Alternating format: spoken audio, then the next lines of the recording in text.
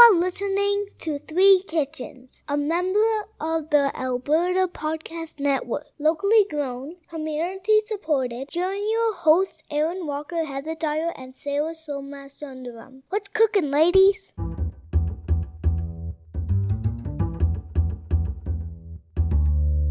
Hi, I'm Emily. And I'm Brienne, and together we make Emily Missed Out, a podcast where Emily and I dig into the long list of films that Emily hasn't seen. It's a very long list. Totally long list.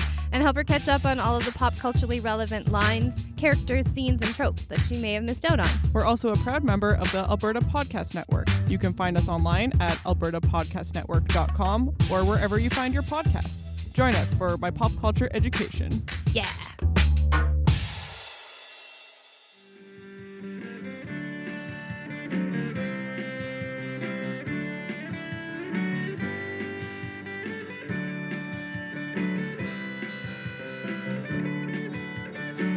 Let's go. Okay. So I'm going to say hello and welcome to this week's special Diwali episode that we are doing here at Three Kitchens. Mm-hmm. And then this is the last time you're going to hear my voice other than questions because I know nothing. I think it's fair just to say, here's the situation. We don't really know. Two of us don't really know exactly what we're cooking. And that's okay because that's where we're learning about it as we go. Yeah, it's a good motivation to cook. And not just learning about the food, but learning about Diwali because this is kind of a new thing, at least for me. Let's introduce Auntie Pushpa. Yes, okay. Please do. Yes. We all three of us call her Auntie Pushpa. That I find that so cute. But Auntie Pushpa is someone what else are we going to call her?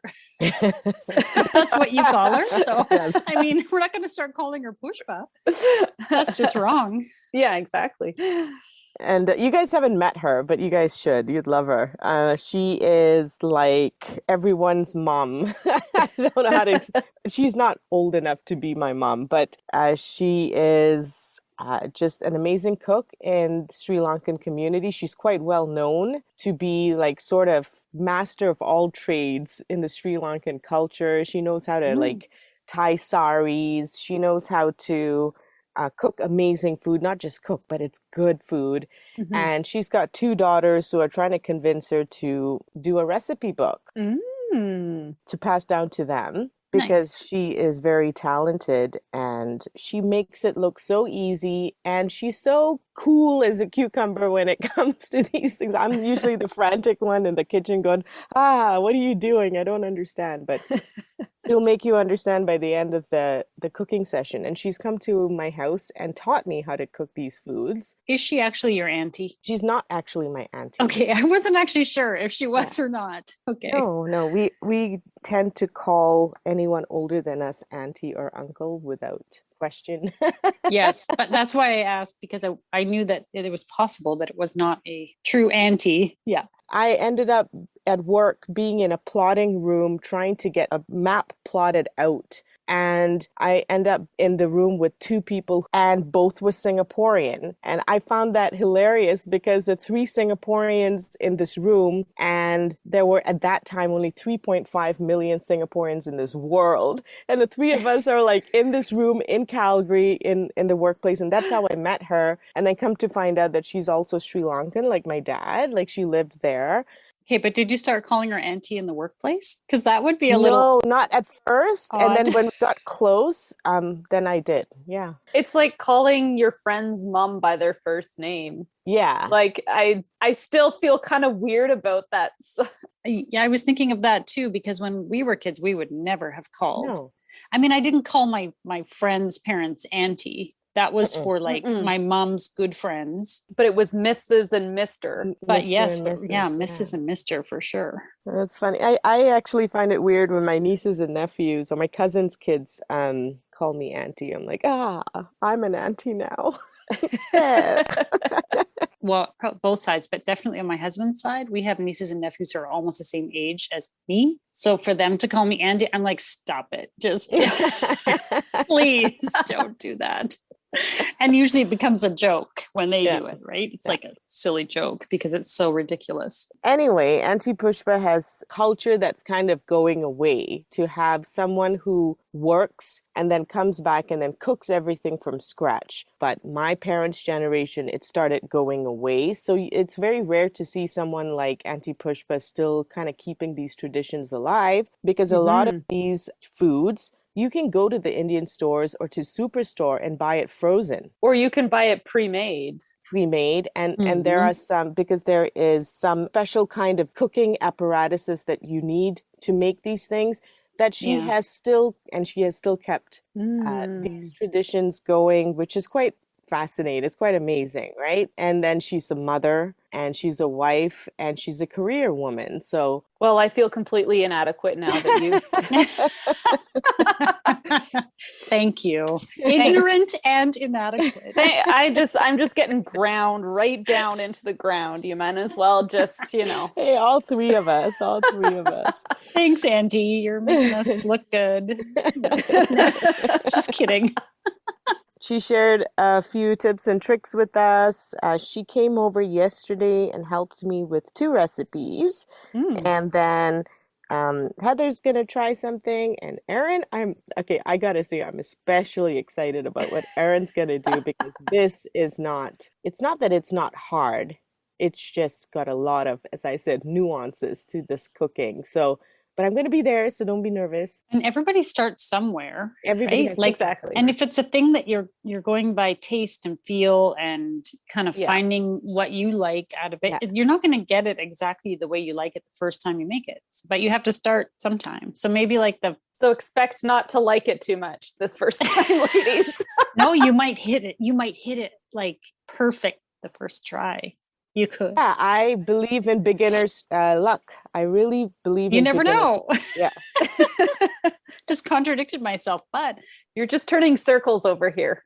Manage your expectations. That's all. I'm always telling my kids that, just manage your expectations of yourself. In my true fashion, instead of taking on something that's like, oh, this is a good starter, I've just jumped right off into the deep end. Which is fantastic. Which is kind of what I tend to do. But you know what, Erin? The first time I made Sri Lankan food, I jumped right into the chicken curry, which is a lot like what you're going to be making. And I do believe in beginner's luck, and maybe it's not luck, because I think you're so very strict about your instruction and you take it so very seriously. Second time, you're like, oh, whatever. I know what I'm doing. And then you kind of fuck up. Right? That is true, because when you get better at a recipe, sometimes it goes down in quality because you start being lazy and you're like, you know what? I really just have to open up this cookbook again and read this and find out why this tastes like crap. Exactly. And why the family's like, this isn't as good as the last time you made it. Exactly. I was trying to cut corners. I was in a rush. I thought I had it down. Yeah. And then I didn't. Yeah. So today, Sarah will be holding the spoon of discipline. You'll be keeping me in line. No, not good enough. Well,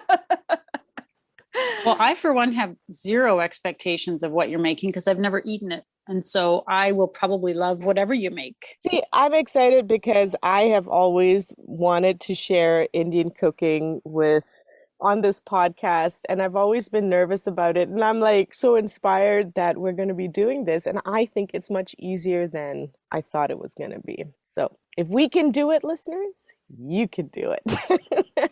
We'll take lots of pictures to do it. Take the risk. Cook some Indian food. You guys are going to get authentic, and I'm talking about authentic recipes. So this is awesome. Let's start with what Sarah's doing, because she knows what she's talking about. Well, let's face it, she's going to talk about all our recipes because she's the one who's ever cooked any of this stuff, not us. So okay, I'll tell you what I made with Auntie Pushpa yesterday. It's a coconut chutney that we tend to eat with dosa. And I have been wanting to learn how to make coconut chutney for the longest time. But like any Indian food, I get very intimidated by Indian food. This is not for you listeners. Don't be discouraged by that. That's just me. And then Auntie Pushpa came over and showed me how to do it. And I went, that's it? That's all we have to do? It was so simple. And then I made something called milk toffee with Auntie Pushpa, and this was her recipe. And this was, you guys are gonna understand making milk toffee because it's just basically like making caramels, but it's got a slightly different texture because you add a little butter to it to soften it.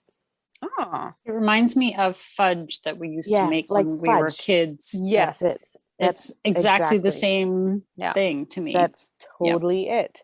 And Except not fudgy. It's like you said with the texture, it's not like Yeah. a soft fudge. It's a crumbly sort of. yeah. Yeah.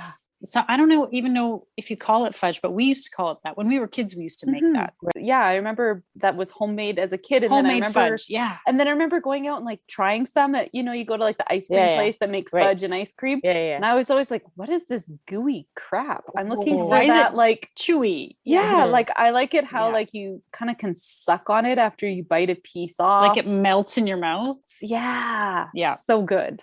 So good. Yeah. It was Pure good. sugar.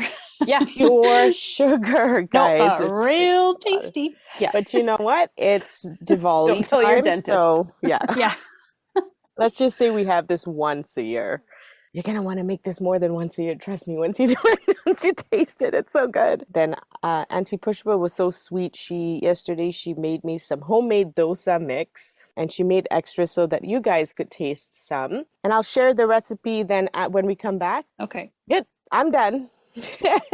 What are you guys doing? Tell me. Well, should we talk about the dosa since you just mentioned? Yeah. Yeah. Right? I don't really know what to say. So I'm going to make dosa. I've eaten dosa, but never made it.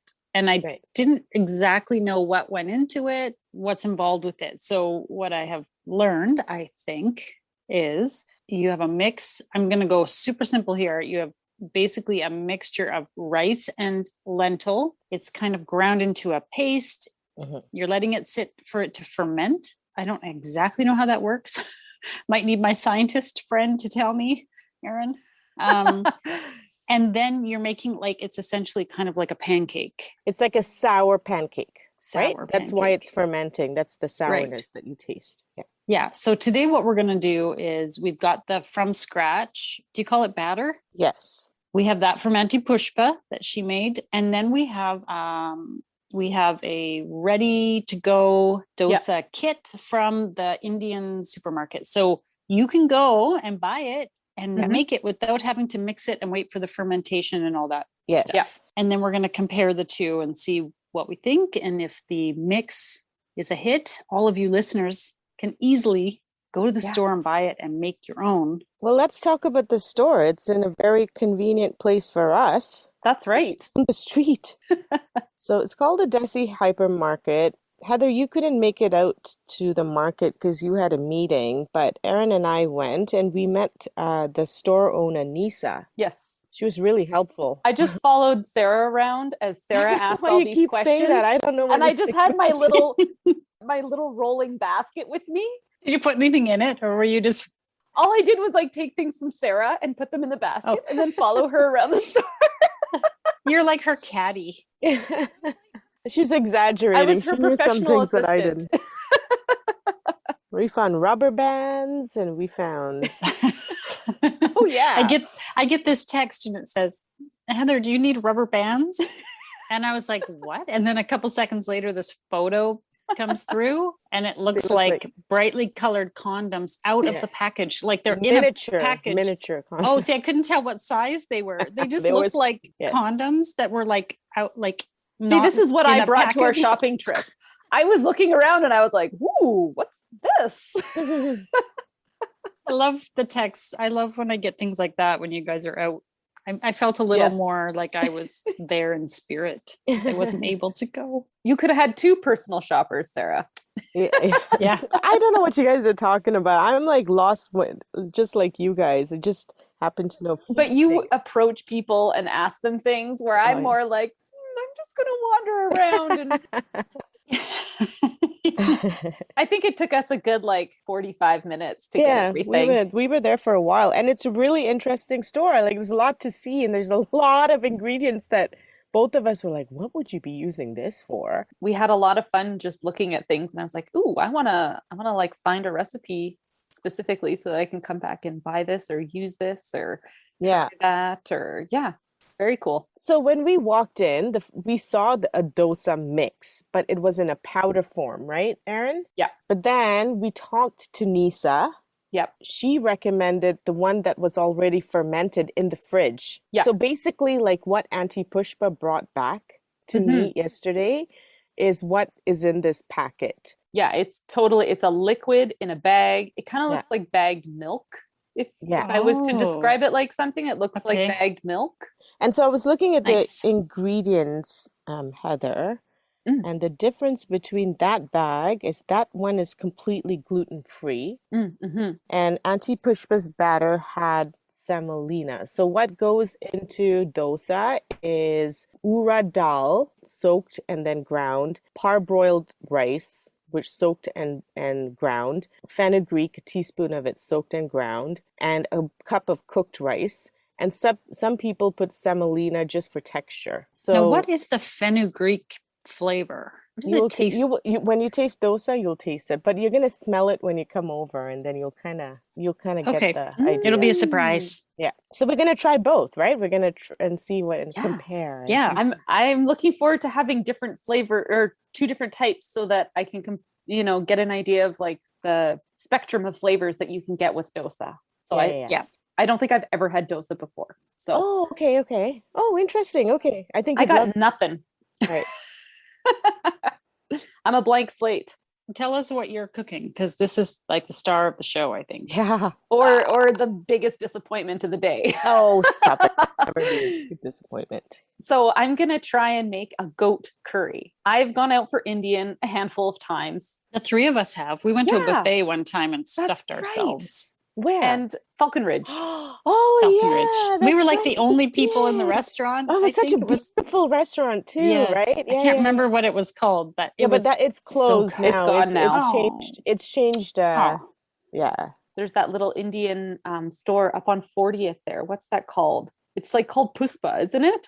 Yeah. Oh yeah. Yeah, it is. Yeah. They're good. They're really good. Mm-hmm. And so a few times now I've had this goat curry, and I don't know. I'm a big fan of like lamb and different meats, and I don't know. I kind of like the idea of cooking with different ingredients and not always just having like chicken or cow.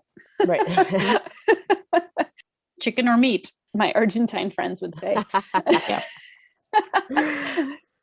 Francis is my friend. Yeah, I love the idea of cooking with different meats and having, more variety in your diet. Yeah, I'm really excited about trying to make this goat curry. Yeah. I couldn't even tell you what it tasted like because it's been so long since I had it last, because we've had 2 years of not eating out. It tastes amazing. But I always really like it. And it's usually so spicy that like my eyes are watering and my nose is running, but I can't stop myself. Oh, I love it. So I'm just going to jump off into the deep end of the pool. And I actually have never eaten goat in any not that I know of, although I did go to India and there were a few times I wasn't exactly sure what I was eating, and I may have had goat and I just don't actually know. You did. Okay, perhaps I did, because I ate a lot of delicious stuff there and I didn't always know what it was, and I did not care. Yeah, exactly. So Sarah's going to be leading me through. I have this very long text on my phone that I don't know if she like painstakingly typed this all out. If you did, I did. Oh my God, your thumbs, Sarah. Anyway, I'll give you a hand massage when we get. So we're going to go to Sarah's house, the three of us, and we are going to cook this up together, because I think there is no way in hell that Sarah could be the Indian food hotline for both Heather and I today. We need her in the kitchen with us. We're going to make this goat curry. It has got a ton of delicious ingredients that sound great that I have never tasted before, or I don't know exactly what taste they add to the profile of the flavors. Once you smell those spices, you will kind of get it and taste away, right? Yeah, it's going to be a fun day of cooking and expanding our palates. And celebrating. Yeah. We'll let you know what these recipes are once we know more. Because honestly, if I was talking to you about this right now, I think you'd be just reading a text. Exactly. That's okay. I had no idea what I was talking about with the dosa either. Yeah. So Yeah. you're So fine. At least I saw your dosa already. I've seen the package. Yeah. You're ahead of me. I do think that once we cook it, it'll be easier to explain it, especially with one particular picture, and that is the first part of making the goat curry, which is when you fry up the onions, the green chili, and the curry leaves and cinnamon. Yes. It's the color of the onions. This is a very South Indian or Sri Lankan part of curry making. Is that you're like, people are like, are you sure that's not burnt? Right? And it's like, and it's hard to explain without a picture or you being there in person. And that really is the only hard part of this to explain over the podcast. Everything else will be easy. Excellent. And just the sound of all those flavors that you just mentioned with the onion, like, oh man, that sounds good. Yeah. And it's going to smell so good. I can already imagine. Can I add the next part of this text that I'll read to you? Because because it's just I just can't. Yeah, I keep going back to this and reading it. So after you fried up this onion, chili, cinnamon, and curry leaves, you're going to add fenugreek, which clearly we have no idea what that's going to do. Fennel, cardamom, and garlic and ginger. So I cannot. And cloves. Oh, cloves. That is 2 cloves of garlic. I'm sorry. See, I can't even read the text. I'll help you. We'll read it together. See, we're going to be doing this while Sarah goes out to walk her puppy. No, I'm not going to leave you until okay. Until the beginning is started, and then until the onions are the right color. We'll just leave a little card that says, "I'm sorry." We'll just leave it on her counter and leave. Please don't burn my house down. Turn off the gas stove. Oh, it's going to be so yummy. It's going to be fun. It's going to be really fun. Sounds so good. Oh, good. It sounds like I need to pack my bags. Watch out, Sarah. We're invading your house. All right. Here we come soon. Coming with my taste spoons ready. Yes. I'm going to be tasting I'm going to have this. like a duffel bag of stuff. So get ready. I'm moving it. With Pod Power, our sponsors are making it possible for us to amplify the voices of Albertans and Alberta podcasters. This episode, Edmonton Community Foundation is helping us give a Pod Power shout out to CJSR presents High Level Hip Hop. It's a deep dive into Edmonton's hip hop scene and the artists helping shape it. The show takes a unique approach to introducing listeners to the OGs and young bloods of Edmonton's hip hop scene. The show is aimed at those who love local music but might not have had a chance to fall in love with the city's surprisingly diverse hip-hop scene. Each episode features an interview with a local artist, plus a fresh track they recorded at CJSR. Check out episodes with Arlo Maverick, Please Be Nice, and more throughout the season. High Level Hip Hop is produced by CJSR, Edmonton's campus and community radio station. Download it wherever you find podcasts and at highlevelhiphop.transistor.fm. Let's do this Diwali. Diwali. Okay. Am I saying it right at all? With a W or a V? W with the Diwali. Deepavali is with the V. Oh. One's South Indian, one's North Indian. So that's why you hear Diwali, because that's North Indian. I never even heard of the word Diwali before I came here. Just Deepavali? Yeah. We cooked. Yep. And we cooked a lot. And we ate a lot. And it was delicious. But before we get into that, we wanted to talk a little bit more about Diwali and the story behind Diwali. Yes. And the traditions behind Diwali. I ended up talking to Auntie Pushpa and asking her if she could tell us a little bit more about how her family celebrated Diwali and also what the legend was behind Diwali, because there are pretty cool stories behind it. Depending on the region that you come from, the story is different. But we went with the one that we grew up with in Singapore. Okay. Let's hear that conversation. So, Auntie Pushpa, how did we meet? How did we meet? We met at work. Met at work. At Elterly. Yeah. And then what happened was I had my daughter and you brought chicken curry to me. And I remember eating it and going, oh my goodness, best chicken curry I've ever tasted. And then I was scared to ask you to make it for me again. So I said, because I felt bad because I would have wanted it every week. So then you came over and taught me how to make it. That's right, yeah. And then when I went to the Sri Lankan store to get the ingredients, I mentioned your name to the store owner. And he's like, oh yes, we all know her for her good cooking. See, so?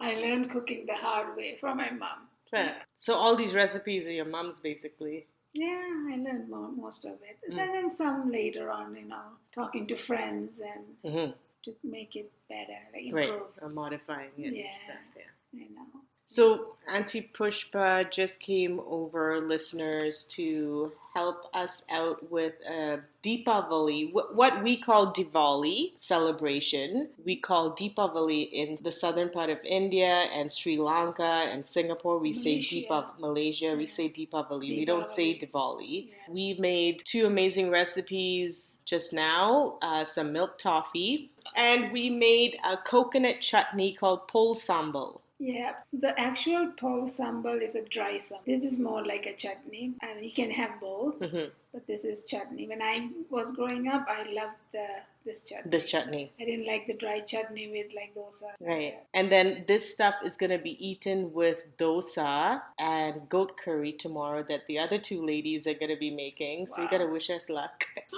That's good. But so we want to talk about Diwali. So Auntie Pushpa and I were reading up about it and realized that there are so many different variations of the myth or the legend behind Diwali or Deepavali. Let's call it Deepavali for now. Yeah, it's Deepavali. Especially like North India, the South, and Sri Lanka. I probably would have it slightly different. Malaysia, Singapore. And so Auntie Pushpa is Sri Lanka, like her family is from Sri Lanka, and I think you lived in Sri Lanka for a bit, but you also lived in Singapore. And Malaysia. So this is the story we know of, right, growing up. Yeah. And there was this really, really mean demon. Yes. You're going to have to tell me his name. It was Narahasura.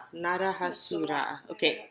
And he was really mean, and he was conquering the world. And a child named Krishna, who is the incarnation of Lord Vishnu, I think many people who have read Hindu mythology would be familiar with that god, defeats him. And so it represents light over evil and light over darkness. And that's why it has come to be celebrated as the Festival of Lights. You light up a lot of candles and lanterns. Little lamps. Right, the oil lamps. Yeah.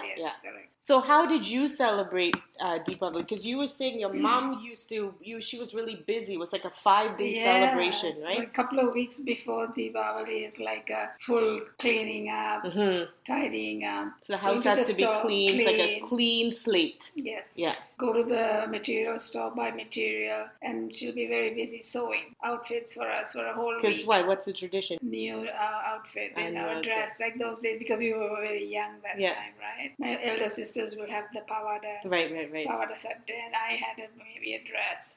So the first thing is the outfits, and then it goes to making all the sweet. Most of it is all sweet stuff. Right. Makes it, and then of course on the day of the Diwali, she sends it to all the neighbors. Yeah.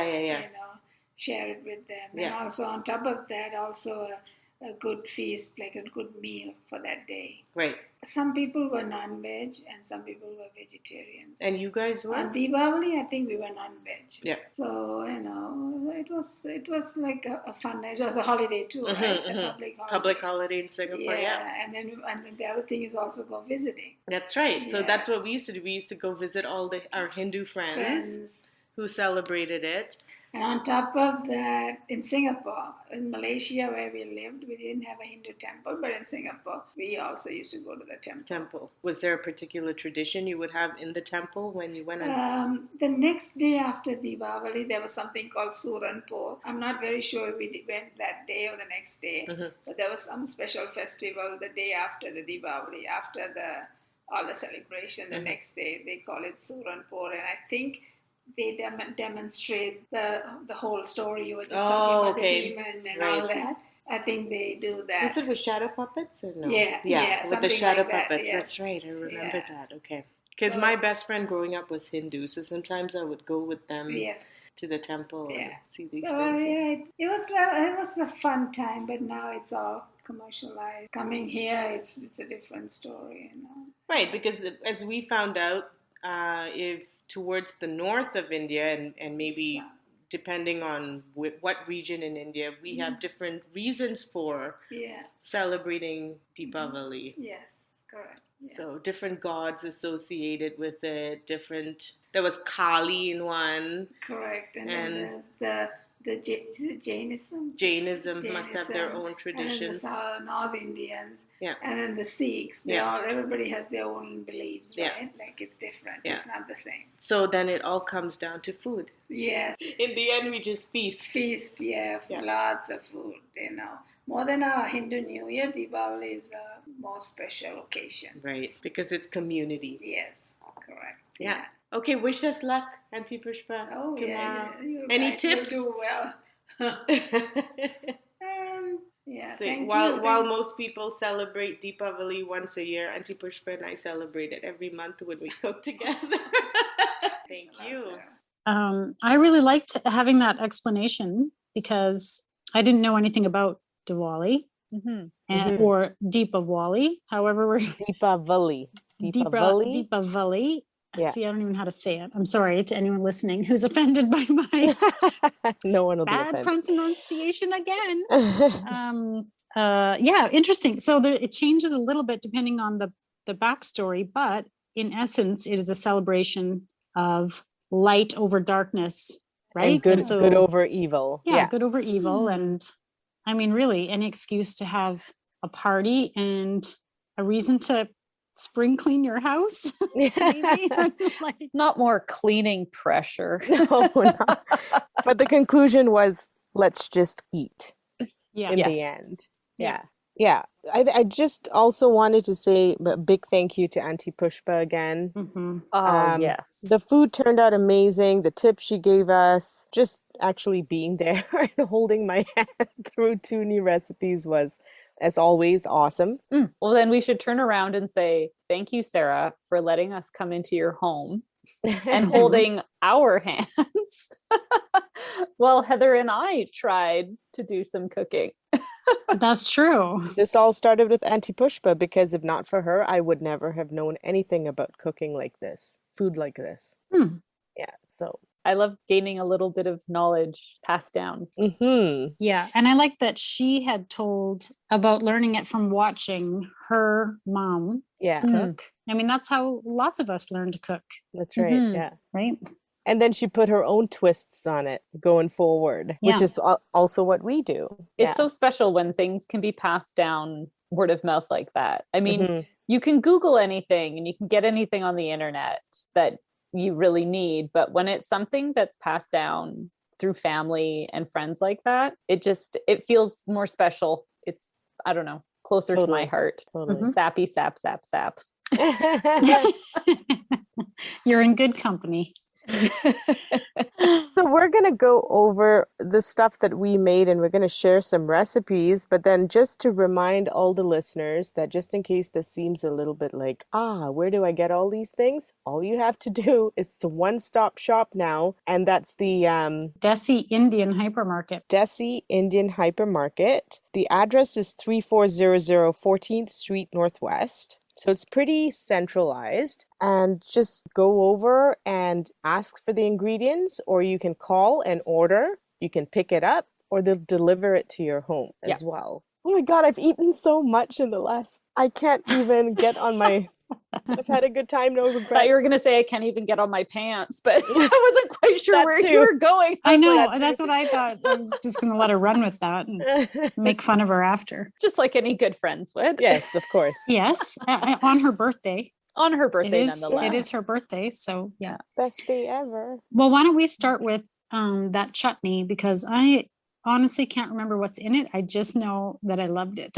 Oh, I It was loved so good. it. The main ingredient, of course, is a frozen grated coconut that goes into it. And there's a picture that we're going to post on social media of what that packet looks like, along with all the ingredients that actually go into this chutney. Auntie Pushpa said, Sarah, you only make a quarter or a third of this packet usually. And I'm like, no, I want to make the whole thing. I mean, I've got stuff to share and I'll just freeze the rest. And I ended up doing it. And she's like, all right, just make sure you put the rest in the freezer. And I ate the whole thing with a spoon. There is none left. There's none in my freezer. It's all gone. And I gave a whole bunch to you guys. You gave us each a couple of little jars, and I've eaten one jar already. And I was like, I told my husband, put that other one in the bottom of the freezer and hide it because I will just eat it. I want to discover that later. Yes. Yes, it's so tasty. We had medium-sized onion, a handful of curry leaves, a knob of ginger, a marble size, I would say a big marble size of tamarind. Right. And what it is it's a seed from a pod from a tree, and it's very it tastes like lime without the citrus. And it's a pulp, and you take the pulp and you soak it, and then you take out all the seeds and you use that water to then flavor your food. See. And then you get 2 tablespoons of fried gram, which is like a dried puffy. How would you describe it, Erin? You know this. It's kind of like It looked somewhat between a chickpea and a lentil. I think it is a lentil. It is a dried lentil that you can just pop, like you can just eat like a chip. It's like puffy though. It's kind of like, it's like the Rice Krispie of lentils. Yeah. That's it. It was yummy. Yeah. It's a big bag and it looks like it's going to be, a bag of lentils is kind of heavy, but then you pick it up and it's like nothing because it's all airy and light. That's it. Let's go with Puff's lentil. But it's really yummy on its own. I may have eaten half a bag of that too. I've told you I've eaten a lot in the last few days. We need to get our winter layers on. It's all good. That's it. All good. And the winter jackets to hide the winter layers. Exactly. So I'm good for a few months. Hey, if we don't bulk up now, what will we have to work on in the future? We have to have goals to set. Goals. We're making future goals for ourselves. Weight loss goals. So, and then you've got, crushed chilies and chili powder. These are to taste.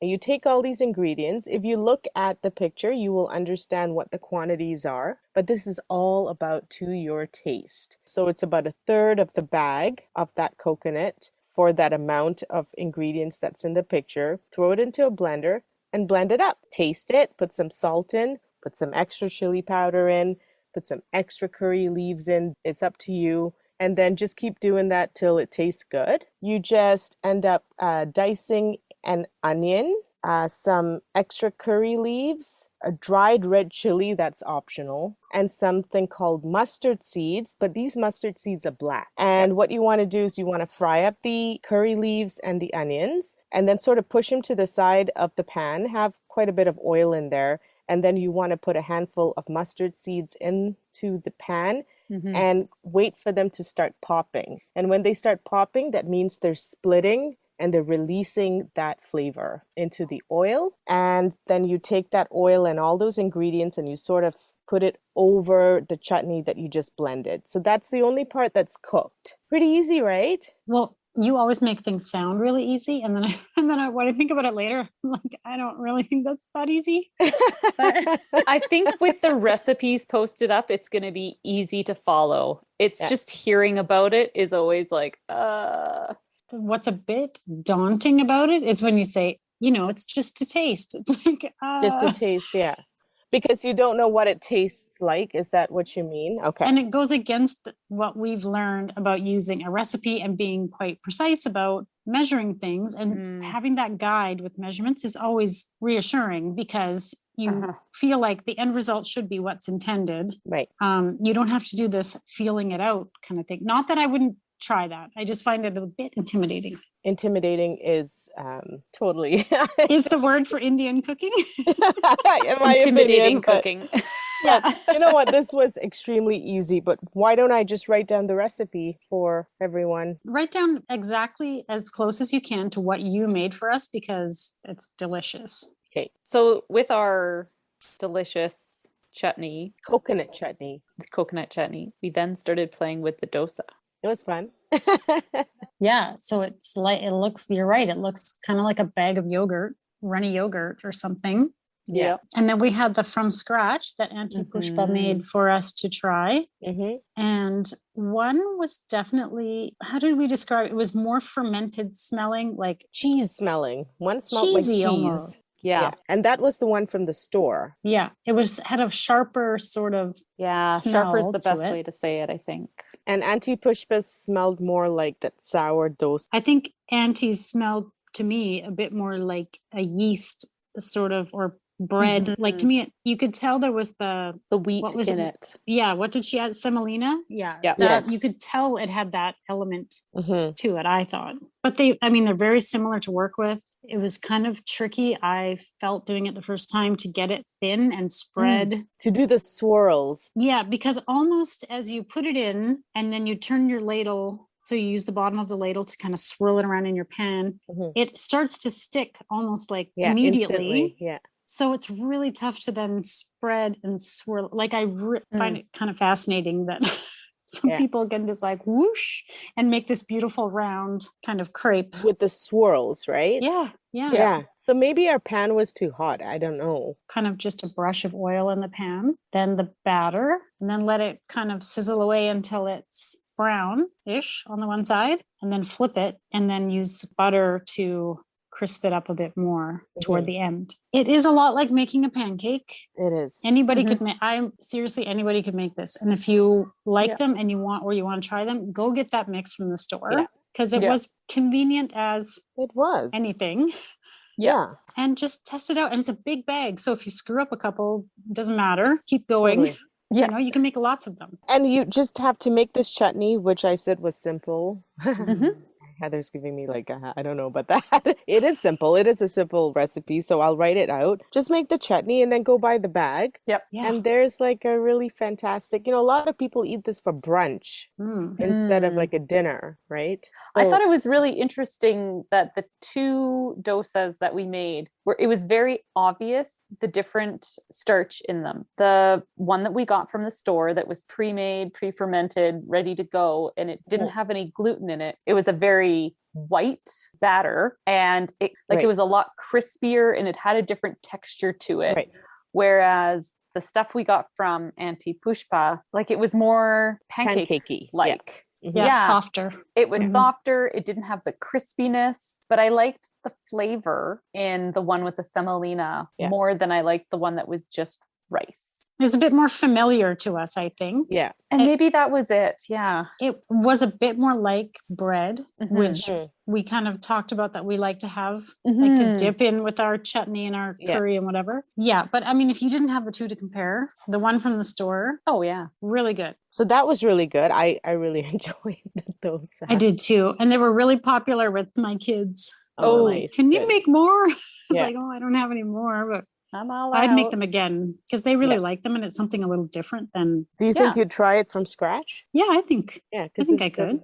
If you look up some dosa recipes and how to do it from scratch, it's not. Again, I'm gonna say this, and I always laugh. I'm like the worst person for. You're the biggest hypocrite over there in the corner, Sarah. You're like, oh, Indian's so hard, but this recipe is really easy. It's easy when someone holds your hand. You're like, oh. Crap, it is easy. I just was intimidated for some reason, and then I got stuck in this fear of not trying it. Well, we found that with other recipes too. Like there have certainly been things that I've made where I was like terrified to even begin the process because it looks complicated or so foreign to me. But then if you have your ingredients, sometimes I think with Indian cooking, it's getting the right ingredients first. And then once you have them in front of you, it's just following the directions. Exactly. It almost is like the directions don't make sense until you're in the middle of doing it. Yeah. Sometimes I read a recipe 4 or 5 times and I'm like, I really don't know what this means. But then when I'm in the middle of the recipe and I come across step 3 that I was like, it all makes sense by that point. All right. So we have the chutney, we have the dosa, and now we need meat. because we always need meat. I was kind of sitting back watching this process in Sarah's kitchen. And I was like, there is no way that I would ever remember, as you are having trouble remembering now, what all these things are. Because it's like, she's got handfuls of this and a sprinkle of that, and throw some of this in, and however many you want of that. And it was That's sort what of I wrote like, it down. yeah. Now it's all written down, so we're good. So Sarah told me to start out by putting a generous amount of oil in the pot. She said, "What do you think that is?" So I put some in, and she said, "Mm-mm." So I added some more, and she went, "Mm-mm." So then I added a bit more. So it was enough oil to cover the bottom of your pan, and then some. would be the description, other than just add a generous amount of oil. If you eat curry every day or do this a lot, I wouldn't do that. But since this was something that was, once in a while. Just go for it. Be happy. Mm-hmm. Yeah. Life's short. Mm-hmm. Exactly. And it's getting shorter. It's Sarah's birthday. What are you talking about? We've got so many good things to ham you on today, Sarah. So many years to go. So many. All right. So we sliced up an onion, green chili. We broke up a cinnamon stick and a handful of curry leaves. All those things went into the oil and we let them fry. Mm-hmm. And Sarah was like, now the onions are the most important part to keep an eye on. And so I would say the onions, they looked like deep fried. Yeah. They were brown and crispy, kind of like, you can buy those tins of like deep fried onions. Yeah. I would say that's what we did to the onions in the oil. And then after that, we added this fenugreek seed. And I thought that was really good. I liked the smell on it. I thought it smelled like a sweet cumin. Oh, you have better senses. When you ask me, what does it smell like? I'm like, it smells like Indian food. Yeah. That's as broad as it is for me. Let's say half a teaspoon fenugreek. So then into those nice crispy onions and everything you've got going on there, you add the fenugreek, the fennel, cardamom, 2 cloves, only 2. Sarah was really specific about that. Yes. And then I had ginger and garlic mashed up into the mortar and pestle and just kind of scooped that in there and fried it around. Okay, so we had all that in the pot. We stirred it around, and then we added a tomato that we chopped up, and then we added in our goat. Yes. Did I do that right? Yes. Sarah has this big honkin' curry powder bag. And not just one. No, I said bags. Yeah. And Heather and I are like, I would never buy a bag of curry powder that big because I will never go through it. And then we learned how much curry powder you put in. Oh, yeah. Like half a bag. Like half a bag. No, not half a bag. Stop it. Are you at least sure? a quarter of a bag. No. It looked like it. She had the bag just ripped open She just and was dumping it in there. Yeah. So open your giant bag of curry powder and just dump a bunch in. And turmeric. And a bunch of turmeric too. But first she had a big spoon and she was just sort of like throwing some spoonfuls in there. And then it got to the point later where she just tipped the bag. It was like dumping it in. I think we need more. Once you got your curry powder in there and your yogurt, about a third of a cup of yogurt, it says. And then we added enough water to kind of cover everything, and then salt. So as we got it boiling, let it cook down for a bit, and then kept tasting it to see if the curry powder level we thought was good, like the flavor level was good, the spice level, and the salt. And I kept doing that, adding more salt and going, I don't know, guys, I think it needs more salt. Yeah. And Heather was right in my ring there. Yes, more salt. Yeah, I'm with you on that. And at one point, Sarah did also add some of the hotter curry powder in there. If your curry's not spicy as you want it to be, you don't have to add a different curry powder. You can always add chili powder into it. So okay. That's the option there. Okay. Was it hard? No. See? It just kind of needed that somebody telling me what to do. Yeah. It was, again, having all those ingredients that maybe you wouldn't typically use. And so it would be more about the hypermarket, getting all the right stuff so you have it in front of you. But I feel like even if I would have read a recipe that said, add 1.5 cups of curry powder, I'd be like, yeah, right. I'm not adding 1.5 cups. But then because Sarah has made curries before and is like, yep, dumpity dump. I trust her. Dump it.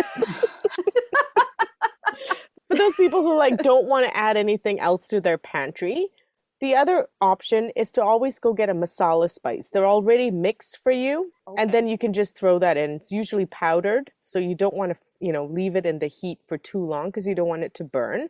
And then easy peasy, right? Then you don't have to have separate fennel and fenugreek and everything sort of done for you. I was surprised by how fast it cooked up. I kind of thought this was going to be like an all-day slow simmer, and it was like an hour and we were done. It went a lot quicker than I thought. For some reason, I have this impression that, oh my God, we're cooking Indian. I better get up at 4 a.m. so that we have dinner ready in time. I don't know why. I assume that it takes a lot of time. But yeah, no, it was really quick and easy to do. And often when you stew meat, it does improve it to let it simmer a lot. Like that's why we put a stew on or a bourguignon or whatever, like all afternoon. That's why when Sarah made Julia Child's stew, it was like 5 hours later because it improves over time. But this is different. You can use this for chicken curry. The only thing that you wouldn't put in is the yogurt. Everything else would be the same. And then you finished it with a squeeze of lemon. And we roasted up some fennel. We ground it up in the mortar and pestle, and then we just put it in a pan and roasted it. And it really deepened the richness of that flavor. And that just the smell of it was, reviews, feelings, thoughts, families. Let's see what everyone has to say. It was a little different from the one I usually make because we used a different curry powder, which was sort of a different flavor profile from the Sri Lankan one that I use, but I thought it was delicious. What did you think? I really liked the flavor in it. Yeah. No, it was delicious. I love the flavor of it. Now we all know, I don't need to belabor the point that I'm not a big fan of having meat with bones in my plate. Yeah. I find it messy and it's just not my favorite. It was messy to eat. I will totally, I was like, how do I eat this? You have to pick up the little bones basically, and then your hands are messy. And but that's not to take away from the flavor because it was fantastic. So the meat was not my favorite, but I loved the sauce. And with the dosa, I could eat that all day. So good. So when you say the meat was not your favorite was because it was on the bone. Yeah, you know what? Right? if I were to attempt to make this, I would probably ask for the meat cut without the bone, if you can get it that way. And there you go. And I know it takes away a bit from the flavor, not having the bone in there, but would make up for it because I would actually eat the meat in that case. I think I would probably do that too, because I found the bones quite frustrating to work with. And then I served it to my husband. He came home after a very long day of work, and I think he got home around 8 or 8:30, and I heated up dinner for him, and he didn't really like it at all. He didn't like the flavor? I don't know. He was like, this is too spicy and I hate these bones. Oh, okay. He was not feeling it. So I think he was just really hungry, and the amount of work and labor it took to extract the meat from the bones was not his favorite. I think that's what happened to me too at Sarah's, because I was a little late getting to eat, and I was just so hungry. I just wanted to eat the thing, and I was like, forget the bone, forget it. Just gonna eat the sauce. I'm just gonna keep eating what I can. Yeah. I'd say you and Dan had a very similar experience. Except I really love the flavor of it. Like I actually did really enjoy it. Did you think it was too spicy? No. I liked the spice level. I wouldn't want to go above it. Okay. And so that's something you have full control over in Indian cooking. So you don't have to make it spicy, right? Yeah. And my family loved it. Like even my kids, they were like, I'll try it, because they tasted the sauce first and they were like, oh, this is really good. I'll try the goat. And so we put it on their plate. Awesome. And I can't remember which one of them asked for seconds. Is there any more goat? And I was like, what? I never thought I'd hear that in my kitchen. Is there any more goat for dinner? Never have I served goat before. So that was completely new. If you don't like to make goat, this sounds like something really bizarre. Make it with lamb. Chicken works too, but I liked the goat. I thought it tasted delicious. And I love the bones. And I love picking them up and I can handle them. So the perfect thing about Indian cuisines, I don't have a big sweet tooth. Not to say that I don't like sweet things. I will eat them, but I don't have a huge sweet tooth.